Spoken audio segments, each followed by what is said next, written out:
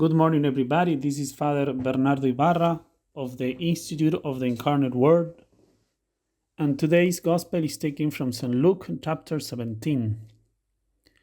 Jesus said to his disciples, "As it was in the days of Noah, so it will be in the days of the Son of Man. They were eating and drinking, marrying, and giving in marriage up to the day that Noah entered the ark, and the flood came and destroyed them all. Similarly, as it was in the days of Lot, they were eating, drinking, buying, selling, planting, building, on the day when Lot left Sodom. Fire and brimstone rained from the sky to destroy them all.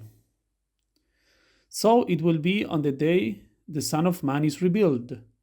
On that day, someone who is on the housetop and whose belongings are in the house must not go down to get them, and likewise one in the field must not return to what was left behind. Remember the wife of Lot. Whoever seeks to preserve his life will lose it, but whoever loses it will save it. I tell you, on that night there will be two people in one bed, one will be taken, the other left. And there will be two women grinding meal together, one will be taken, the other left." They said to him in reply, "Where, Lord?" He said to them, "Where the body is, there also the vultures will gather."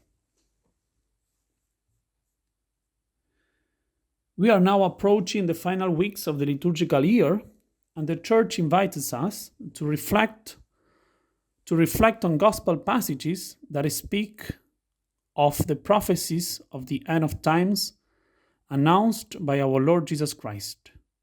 Today's reading, taken from St. Luke, is deeply dramatic. It can be understood as referring both to the destruction of Jerusalem and to the ultimate end of the world that will precede the final judgment. What stands out in these moments is the suddenness with which events will unfold. Disasters will come swiftly, leaving no opportunity to escape. No human reaction will suffice.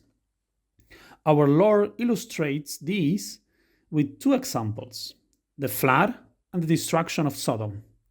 In both cases, calamity struck in an instant. No one expected it. Yet the truth is that some had been forewarned: Noah and his family, and Lot with his household. God had warned them so that they might be saved. He revealed what was to come, even though no visible sign suggested such a catastrophe was near. Noah built the ark even when it seemed sheer folly. Lot left Sodom, making a great act of trust in God. Christ has likewise warned us, and the Church reminds us again today through this Gospel. No one knows the day of the final judgment, but we do know it will come. Therefore, if we are truly prudent, we must live as though the end might arrive today. Like Noah and Lot, we are called to make a serious effort to build an ark and to leave the city.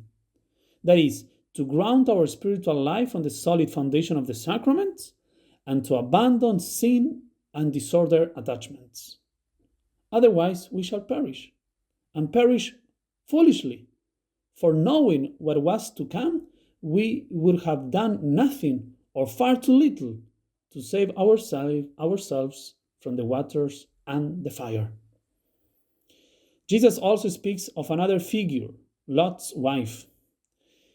She too had been warned and had fled the city. Yet her curiosity and her wavering heart led her to look back, and she became a pillar of salt. God had forbidden them to turn around during their flight.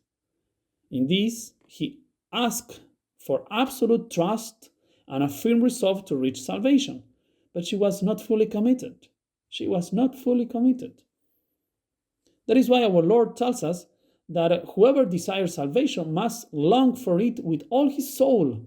The one who hesitates halfway, even after having left the city, will be lost all the same, just as Noah and his family would have perished had they built the ark unwillingly. The surging waves and the torrents bursting from the depths would have swept the vessel away. We too have been warned. We know the end will come, though we know not when. It is up to us then to be ready. Let us build the ark with all our strength and flee the city without stumbling. God bless you all.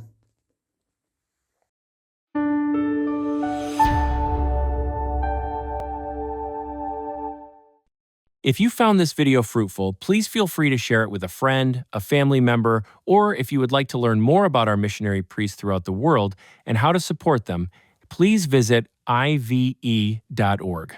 Thank you for watching, and God bless.